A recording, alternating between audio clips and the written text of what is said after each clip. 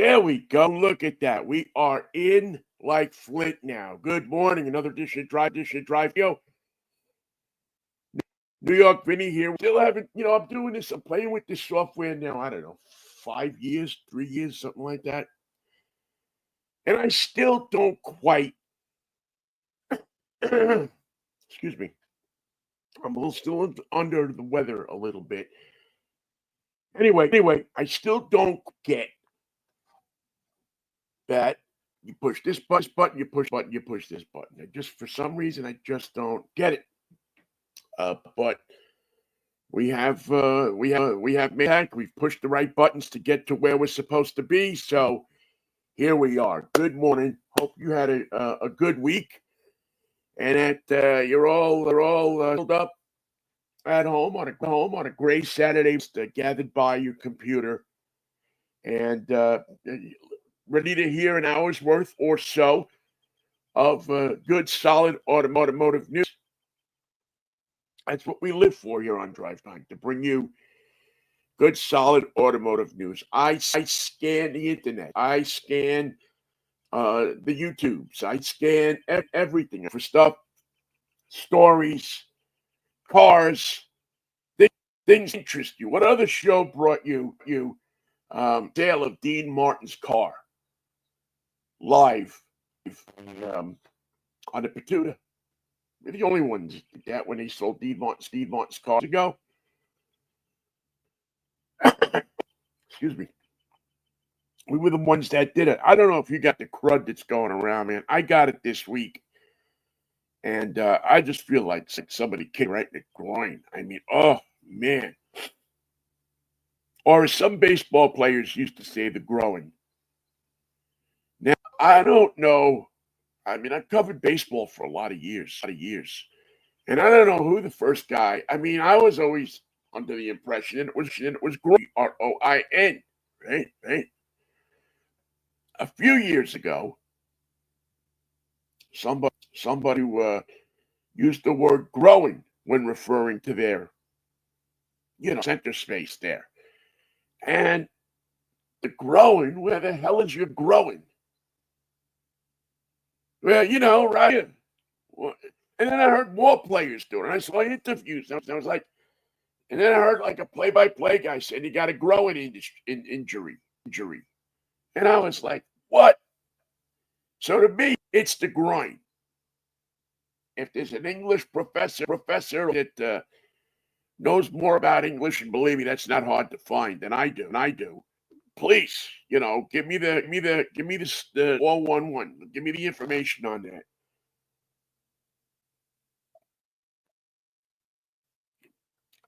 But yeah, it's, the new generation, the younger people. One of the things that I've noticed that they do is take words and popular phrases and stuff and make their own, which I'm sure every generation has done. But I was talking to somebody in New York not too long ago. I was talking to them about the Van Wyck Expressway. 2 words, VANWYCK. And he said to me, "Oh, you mean the Van?" And I said, "The Van Wyck. We were taught in school, and in drives and from the official police department dispatches, because I used to drive a tow truck on the Van Wyck Expressway. So I pretty much know what it sounds like, how they say it. And for years, it was the Van Wyck Expressway. And this guy is now argumentative with me. No, it's the Van Wyck Expressway. And I'm like, dude, I'm arguing over this, but you're wrong. And that's it. That's all. We continued our conversation onto something else without both of us agreeing what it is supposed to be, Van Wyck or Van Wyck. And I, for one, will always go with Van Wyck, because that's the way. I was now maybe somebody maybe one of Van's cousins came back from the dead and said, "You guys are screwing this all up on Van Wyck. It's Van Wyck, like Jerry and Dick Van, or maybe watching the Dick Van Dyke show. But differently anyway. But anyway, so sometimes I go off on these weird tangents to do with cause. All right, what do we got this morning? We are going to, we got some things that you need to know.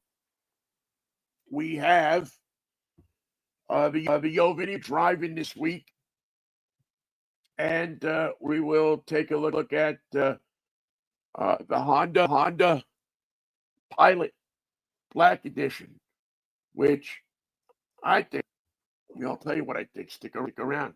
I'll tell you what I think about it if you stick for a little while. And as I said, I don't know if we're going to get out of this today because I'm really feeling under the weather.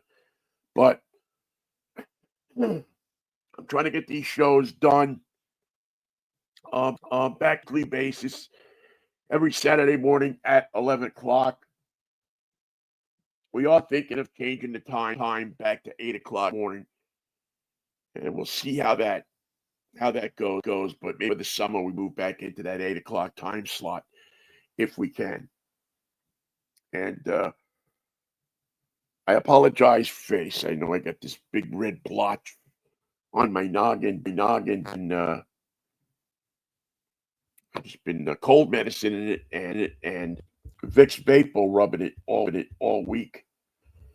All right, let's start out locally here, because I just feel this is an issue that has on and on with me. And I feel it's something that's not getting enough attention paid to it.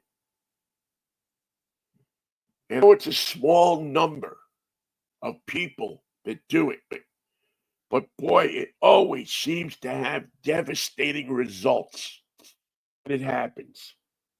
And I am talking about one-way drivers. Now, I don't know if you saw from Como TV. TV stream. I think Como had it first. Wrong way driver that got on out by Lake Sammamish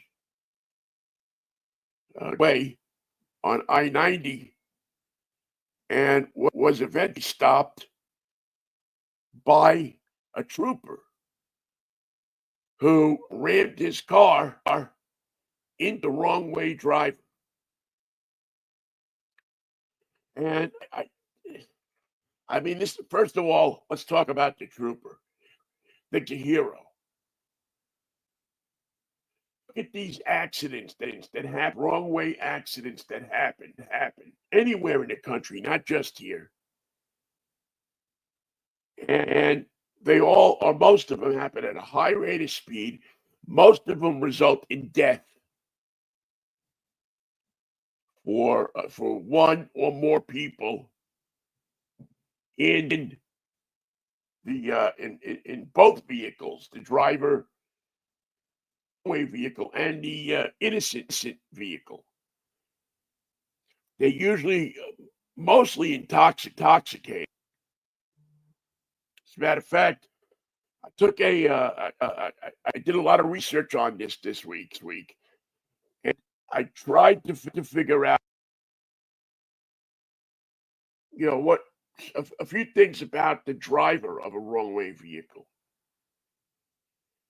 and some. I don't know if they're surprising or not surprised came up. But you had blood alcohol concentrate, 0.08. They were like 18 times more likely to have their blood alcohol level over the legal limit. Predominantly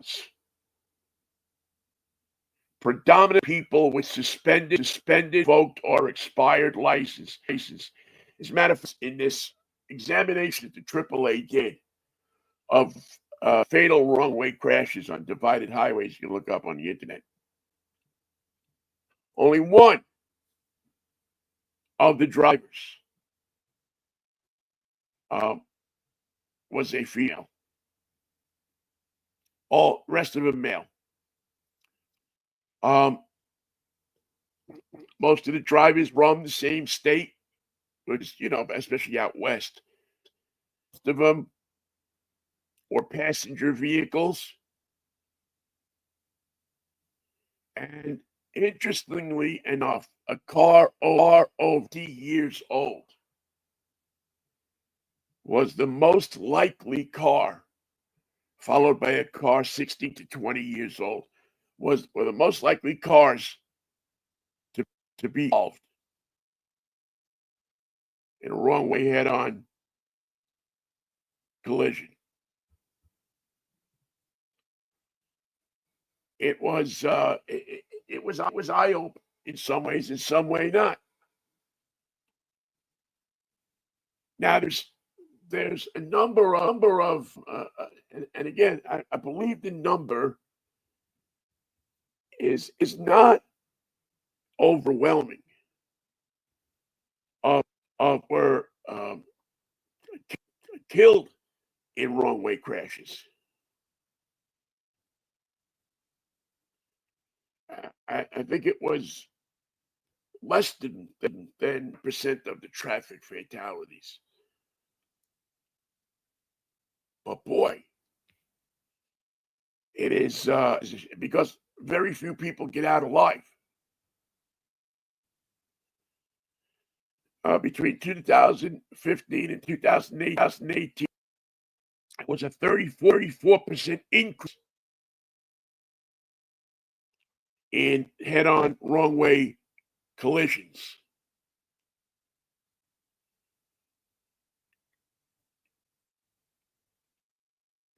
And 2019 and 2020, roughly 500 people died in wrong way crashes. And obviously, some states don't have the money to mitigate these things. They put up some signs and they put up, rumble strips, maybe a set. But I don't know what you can do about it, except the first thing you do. One idea that I saw that I thought was good. It was blush, but then I started to think, well, maybe not. But if if you can attack the problem by notifying other people on the highway that there's a wrong way driver, would that get people to pull over and let this guy go by or let law enforcement go after him and stop him? Be something, much the way they use the emergency Amber system. The emergency, when there's an Amber Alert, you get it on your phone. Bing, you get a text message, and you pick and you see that there's somebody missing. And I think by most of us, by instinct, kind of look around and see is that person near me or not. And several people have been found by that, but I think the instinct is when you're driving and you hear that text. Now maybe several people don't go text, but unfortunately, many people do. And here's a place where if somehow you could educate the public that if you're driving at night on a highway and your phone goes off, or you could make it ring or beep or do something in a certain way. And again, don't know that the technology is there to do this kind of stuff. All I know is that there are an increasing number of people dying on our roads because of wrong way drivers. And it doesn't seem a problem that is getting addressed by our state legislatures. Now here in Washington, I think they have action. I don't know exactly what they've done for it, but for our police personnel to have to lay their lives down for some jack that got in his vehicle and started to drive up the ramp, did some damage the wrong way. I mean, I know a lot of people say, well, that's what they get paid for. I think it's outrageous. I don't, that's a heroic act to me. That all saved lives that night. And whether you like the cops, don't like the cops, this, that, the other thing, that was a heroic act. And we need to figure out a way so that more police or more regular people don't have to go through this pain of the aftermath of a wrong way driver. How many times do you read articles? And like I wasn't kidding before when I said I scour YouTube to find people to find stories about interesting things about traffic and cars and one of the stories that I continually see every week is some who was going the wrong way on interstate in Kentucky or Tennessee or one of the other states, and they hit some poor innocent person and killed him. I can't tell you how many wipe out a family. Guy's home late at night from some function, got his wife and kids. Kids are sleeping in the back seat. That's it. Over. So I'm gonna do some more research on this because obviously the story only broke a couple of days ago, but I was just struck with the heroism of the officer and the complete disregard again for anybody else's life. It's not like they don't have signs. But as we increasingly live in a society, we don't give a crap about the law. Where people say, I'm going to do what I'm going to do. I saw an interview. I should have pulled this the other day. I was doing some work on the congestion pricing in New York. You know that they're having a back and forth with that. And there's a thing going on in New York City where this company is selling tape, transparent tape that you are supposed to be able to put over license plate, and it will confuse the camera so that you won't get a clear shot of the license plates on there. Evade the tolls, evade red light cameras, evade the pricing cameras that they have set up in the city. And the governor and the New York State Police, which is in charge of the bridges and tunnels that go in and out of New York City, on both sides actually, the Hudson and the East River, they started a program where they were going after these people. If there's some way that they could look at the thing and instantly took it the picture correctly. All right. So they pulled over somebody with this tape, and they have them sitting there. And the reporter from, I think it was Channel 2, asks him, well, don't you have any feel that you're breaking the law? Feel any sense of responsibility that you're taking this toll? And this guy was in his early 30s, looks at the reporter with a straight and says, people got to grow up. They got to get with the game.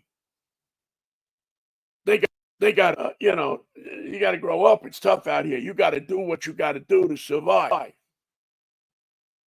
If I got to go 80 miles an hour, cool to survive. And now I'm not quoting him, but the gist of it was I got to do what I got to do to survive. And that means going 30 miles an hour through the street. Then I'm going to, if it means that I got to go over that or I got to go 50 to get my stuff, to get my DoorDash deliveries done or whatever, I'm going to do that. No regard for the law. No, nothing. No feeling of responsibility to anybody else in society.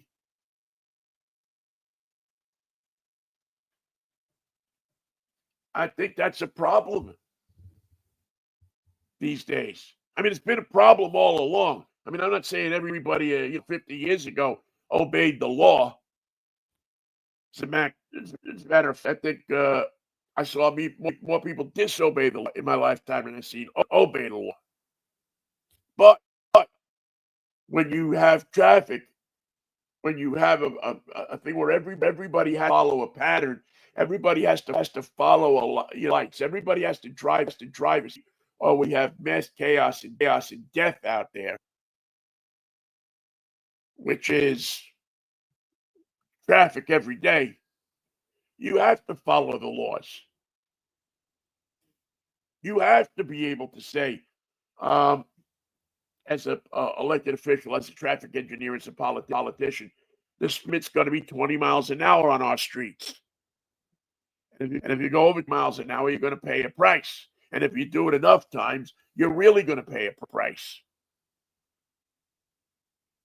But people, drivers, much more these days than in days gone by, say screw it.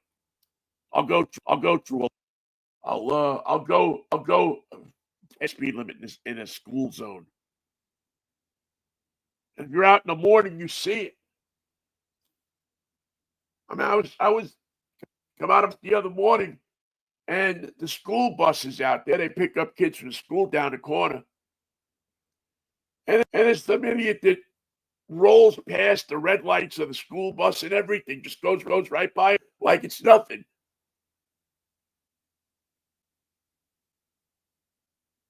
I'm late for work. I just find it to be something that we as a people have to figure out how to punish these people more. How do you reinstall respect and civility into a society when it's more going away, when it's more and more dishearing, where people are having less and less regard for each other? You see it in our traffic. You see it in the way people act in traffic use, with road rage. Somewhere along the line, somebody's got to do something about this, or somebody's got to figure it out. Our political parties spend too much time arguing with each other about stupid stuff. Much time arguing with each other about who should get health care and who should get this and who should be gone and who should be here, who should do this and who should do that. Meanwhile, people taken from us every day in simple traffic accidents. There has to be a way to fix it. There has to be a way to make that guy in that car that I seen from New York this past week. look up to the camera and say, that's not a good thing. It's not. It goes against the moral society when you do things like break the law and go to wrong and get out of your car and start screaming at people. And listen, I'm guilty of it too. I'm never going to say I didn't have a rage incident when I was young. I mean, I was fucking vinegar as the next guy. But one day I grew up. And one day I hope some of these other people will grow up as well. Again, I'm just looking for answers. I'm looking for somebody who can come up with answers. A traffic engineer at the transportation. Maybe I'm going to endeavor to get somebody from there on and see what they're doing about this. But I'm going to try to get somebody on to talk about this further. Drivers, because I think it's a part. It's something can be hopefully fixed, or at least try. We piss money away on so many things. Let us piss money away on something that will benefit us. Thank God that this officer, was there the other morning, or there might have been an empty chair at your table, or an empty chair at their table next door, or at my table. And that's not going to cut it. It's not going to cut it. We have to have people that believe in laws and listen to the laws, despite what other people, some people in power, may say. That's my spiel for this morning. A couple other quick things I had to before we get to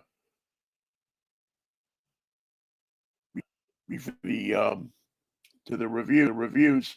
Vinnie, do you keep an RV parked in your driveway? Somebody keeps a boat or jet skis parked driveway? Well, if you're in the Sacramento area, you might be in for a rude surprise.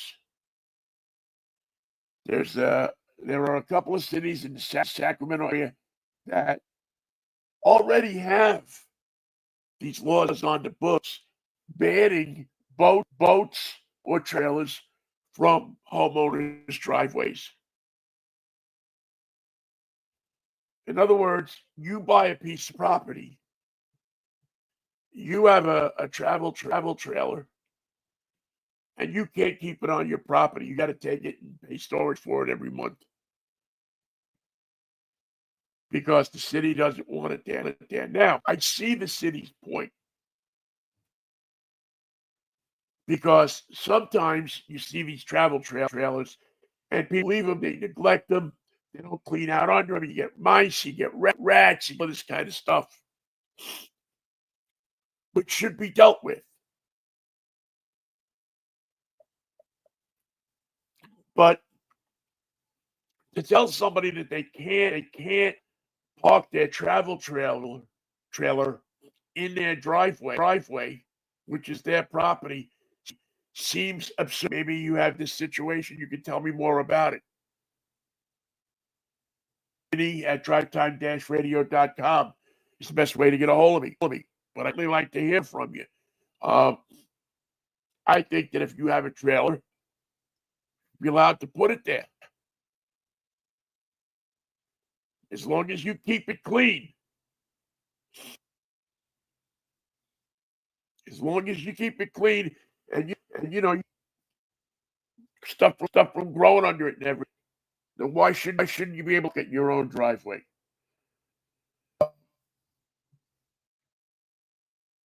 It's going to be an interesting shaping up in California, and this is really screwing with car companies.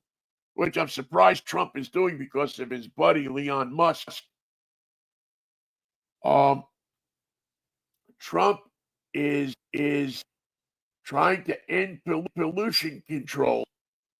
You know, I'm sure you know this from listening to the show, but many states go by the California pollution control laws. Many years ago, California had a chance to themselves from federal pollution laws and create their own set of laws because they had their own unique situation. The federal government said to them, go ahead. Your problem seems to be a lot more in California and New York than it is in many other states. This was when the smog was the joke every day in Los Angeles. And so California enacted their own pollution standard. For years in California, you have to have what they call an AIR pump on your car. It was an extra pump that pumped fresh air into the exhaust sound. I forget exactly scientifically what it did, but it broke down the poisonous emissions from your engine. If you got an engine over certain cubic inch, you had to do that. And states have been allowed to say, we want to go with the California standards, which are typically much more stringent than the federal standard. Well, President Trump has said that's bogus. That the federal standard is the federal standard for everybody, and it's like California, Nevada, a few states that have adopted these standards have said, we want to stick with the California standard. So they're going to take the federal government to court over an executive order ending pollution controls, California-type pollution controls. Meanwhile, the automakers don't know what to do. Do you buy a car, build a car for California standards? Do you build a car for the rest of the country's standards? What do you do? I mean, between that and the cutting the legs off of Canada that's been done since this guy has come back into office, the auto industry's head is spinning. It's like on a swivel. Because 1 minute the law is 1 minute the law is that. 1 minute the law is this, 1 minute the law is that. And as we've seen with automakers, you can't give them free rein. You can't just hand them the keys to the hen house and say, have at it. We saw the result of that with several car brands that fudged the pollution control standards or vehicles since when the was being tested.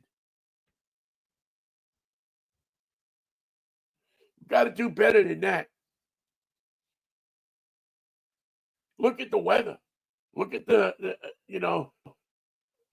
changes in the weather and the climate and where they are melting. It used to be ice. Things are freezing. That used to be warm. You call it global, whatever you want. But there's something, and this is too serious a problem to worry about it. Unless again, about the people that are coming after you. The people that are going to live their lives here 10 and 20 and 30 and 40 years from now when we're gone. Maybe you don't care about them. But we got to leave something for people, don't we?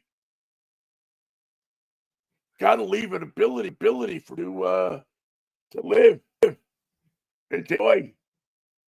low pollution and beaches, enjoy all life. All right, maybe not low pollution. I don't know how to put that cat in the bag, but you better. Because again, I just look at this whole situation with cars. I say something radical is going to happen. Do we want to be like societies that don't care? Even the societies that don't care. The improvement in pollution in China. I mean, remember, it wasn't 10 years ago. We were looking at Beijing, smog and the fog and everything coming out of the acid rain and everything. And now they've cleaned things up. Even they realize if they want the society to go on, that you have to give people clean air, clean water, the ability for people to be healthy and thrive in society.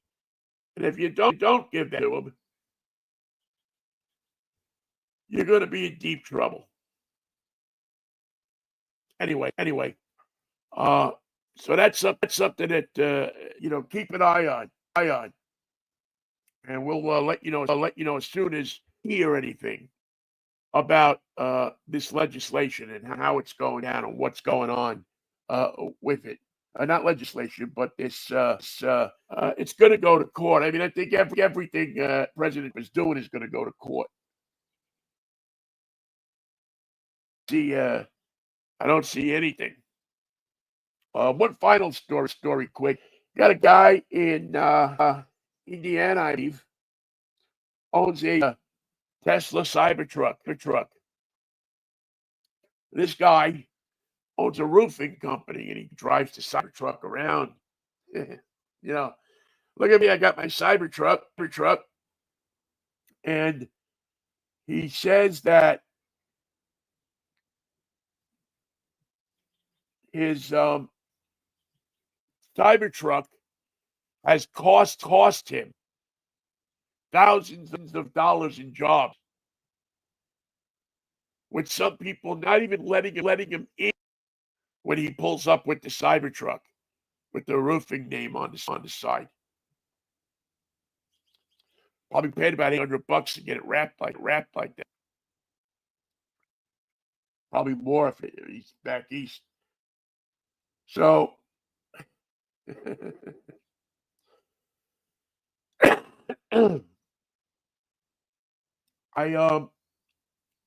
listen, I don't like damaging other people's property. I don't think you should go out and spray paint people's Cybertrucks because you don't like Elon Musk. I know his name is Elon, but Mikey and I have this joke. We call him Leon. But the fact of the matter is that he bought that truck with his money. Maybe he didn't know what a dickhead Elon Musk was going to be. Maybe he didn't have any idea what he was going to do. I tend to give many of my friends the benefit of doubt and that kind of stuff because I don't think they could imagine that anybody would be doing what they're doing.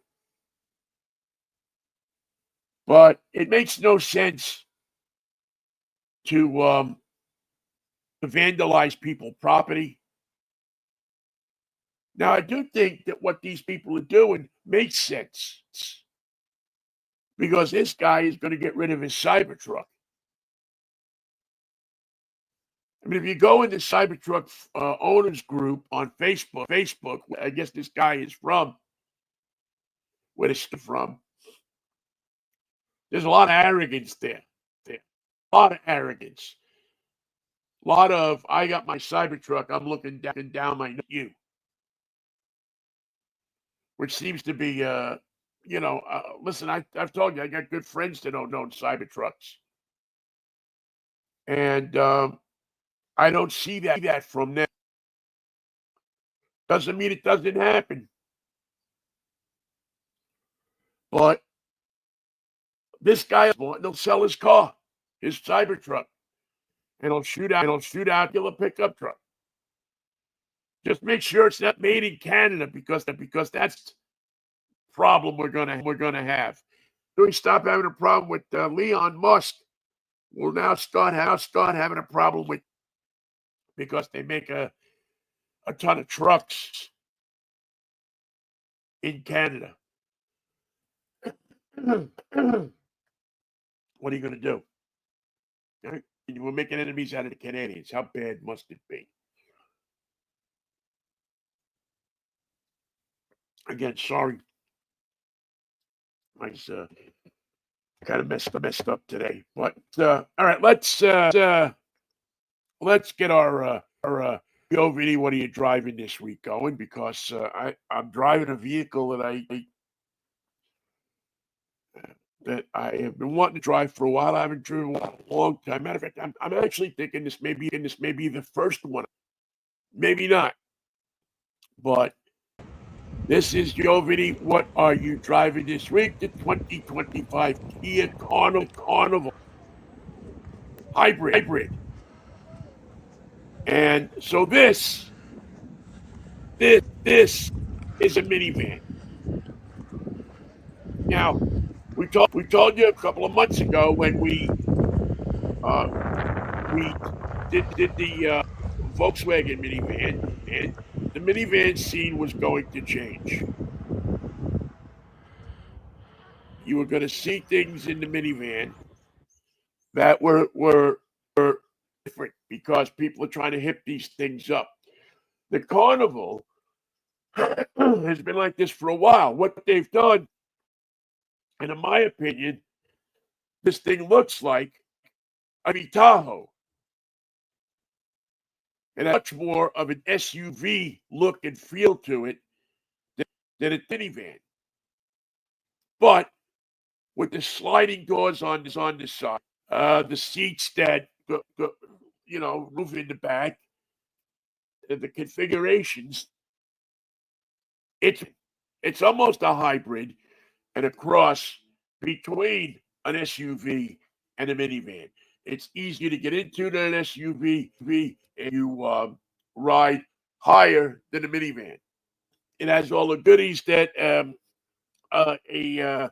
minivan has, as far as configuring things and so on and so forth. It's in the back and pulling them out if you have to.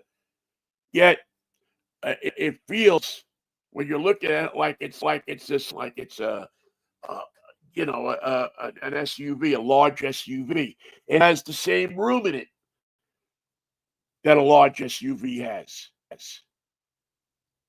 A three-row SUV or an Expedition or something like that. But again, you get really interesting perspective of this here. What am I doing? What am I doing? The Kia Carnival, it has the hybrid, gives you about 50% more gas mileage than you would get out of the red Carnival. You get about 33 miles per gallon. And you like style, if you like versatility, if you like the things that make a car cool with your appearance packages and so on and so forth, the Kia Carnival, in my estimation, is something that you should look at, even if you are thinking about the larger SUV. The great thing about this is it's loaded to ground. It's loaded different features, all different kind of goodies. I mean, it's always known for tech, and the thing is loaded with good goodies. It's got the great tea. As I said, the hybrid powertrain in this thing is spectacular. What's interesting with it is it's quick. This is a minivan, a people mover that has some to it. It goes quick. It's easy to drive.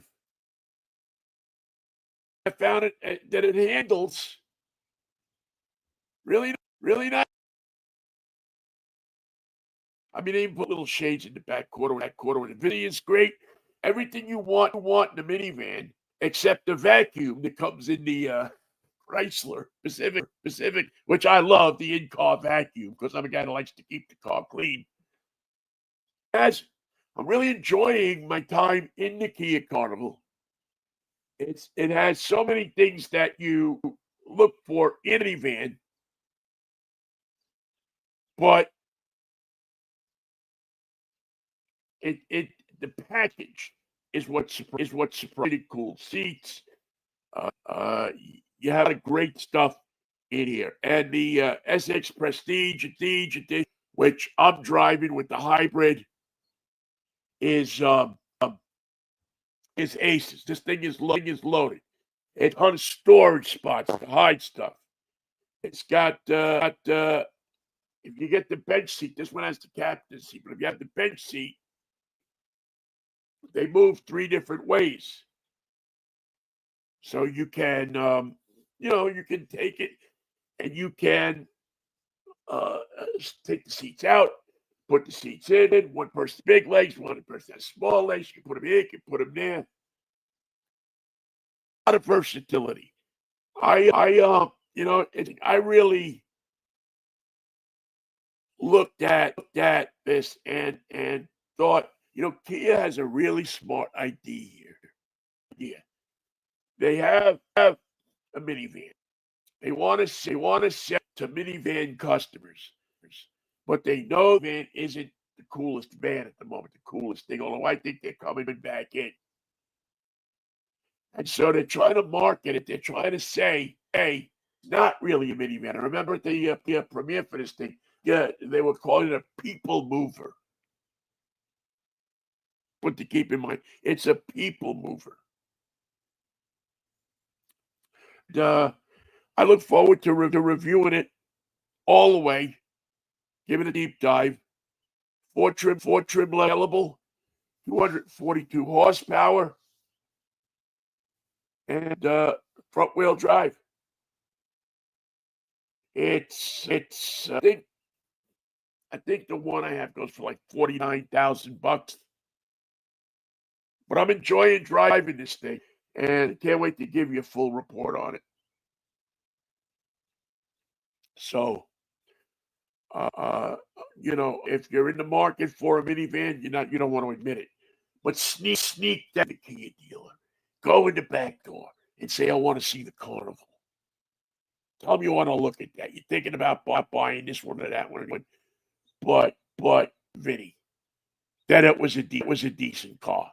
That it was I don't want to call the sport. I put it in the sport mode, and I don't want to call it fun to drive because I don't know. Fun to drive Audi convertible. Fun to drive is Stinger. Rest in peace. Fun to drive is the Hyundai Vipes. Those are fun. The EV5. Those are fun cars to drive.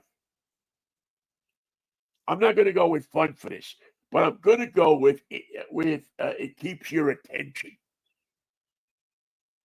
And when you try to sport, you hit the gas, and you go around on a road or something like that.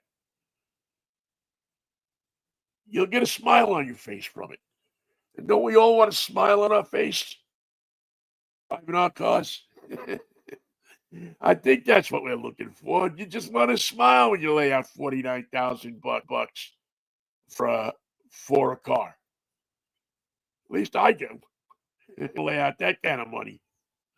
Yes, the Kia Carnival available. Go look at it at a Kia dealer near you. Are thinking about a Kia. All right. We also, while we have you, and I know we're getting close to the top of the hour, but I have to make sure that I got. I had it here somewhere, and what did I do with it? Yeah, I think this might be it. Anyway, I did want to mention that I also got a chance last week to spend some time in a Honda, the Honda Pilot Black Edition. Honda's really SUV. And if you're a Honda fan, and you know that Honda does these things right. My only complaint about this, if you're a Honda fan, you're going to love it because even technology, the tech stuff on the dashboard may be a little smaller than some other cars, even though the third row a little cramped. The for adults, kids will fit back. Even though it may not be the best handling, have the handling of a BMW or a Mercedes, something like that. It's a good solid family car, and it gives you a go if you like Honda. If you like Honda, it gives you, like the Trail Sport.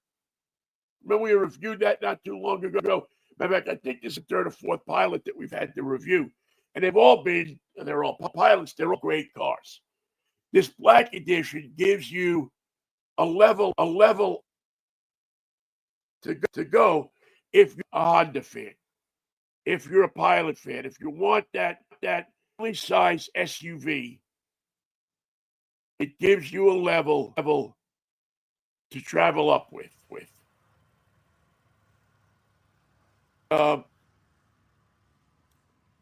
It's basically the Black Edition is an appearance package, but this family type SUV, this large SUV, is it's a unibody construction. It's not body on frame, so you get less squeaks, less in the rattle. It's towing with this thing. It's going to give you some power. And does it match up to the Mazda CX-90, the Palisade? I think it's a little footing with them. Maybe you get a little bit more in the Palisade, or I just got out of a Volkswagen. Those are really spectacular vehicles. But the Kia Telluride gives you, including a third row that fits adults. Now, if you are a Honda loyalist, you want a Honda. You want to be able to buy a Honda because you know about the reliability of the brand. You know about you've owned a couple of Civics, had an Odyssey or something like that, and you want to move over into something a little more truck-like, a little more something that isn't a box, something that avoids the stigma of the minivan, and it gives you that. Engine is sometimes a little bit you're wanting for a bit more power in it, but it gets on the highway line. And the first, at first blush, you're driving around the city. This is a vehicle that has you sitting up high. SUV, the doors, the back doors, the load and unload door is really get you. It works perfectly. You have a lot of room in there, a lot of sleeping room. I think if you are a Honda loyalist, or if you've always wanted to own a Honda, it's a good SUV in that class for the money, which I believe in this particular car is around 50,000 and change. but it's got good tech. It's not the up-to-date tech that you're going to find in the tech crazy, Kia, where you're driving street, you can put on rainstorm sounds. Doesn't have that, but you can have the rainstorm sound phone and drive a Honda. It's a good 50-50, it's a good, comfortable vehicle, a good configurable with these 50-50 seats in the back. They're easy to manipulate. I thought the Honda Pilot was very good, very, very good vehicle to use as a family vehicle, to use as especially if this is something that you're going to be driving the kids to, because the safety record of Honda is often hard to find something better than a Honda. It comes in 6 trim levels, from the cheapest, and I was looking at, and I got to tell you, it doesn't lack for nice stuff. It doesn't lack for nice feeling interior. In a less expensive way in these particular cars, you don't lose a hell of a lot, and you get an automatic transmission, not a CV or a CVT or that stuff. You get yourself a transit with this thing, 10 speed. And the only thing you miss out on the Sport, I think, is the 4-wheel drive, the all-wheel drive, which is only in the upper end editions. But anyway, the Honda Pilot Black Edition, it's about as good as you can go in a Honda. And you can really, in this vehicle, feel comfortable that you're driving a Honda, find the things that you need, and not, and at a decent price. So that's the Honda Pilot Edition. Great car. Again, it's a car that you should definitely be looking at. All right. Wrap it up for another edition of Drive Time. I appreciate you bearing with me today in a day where my vocal cords are strained, and I'm even getting reminded to take my pills. Is it Siri? Not Siri. What is that? Alexa. Isn't Alexa a wonderful thing? Oh, Vincent. You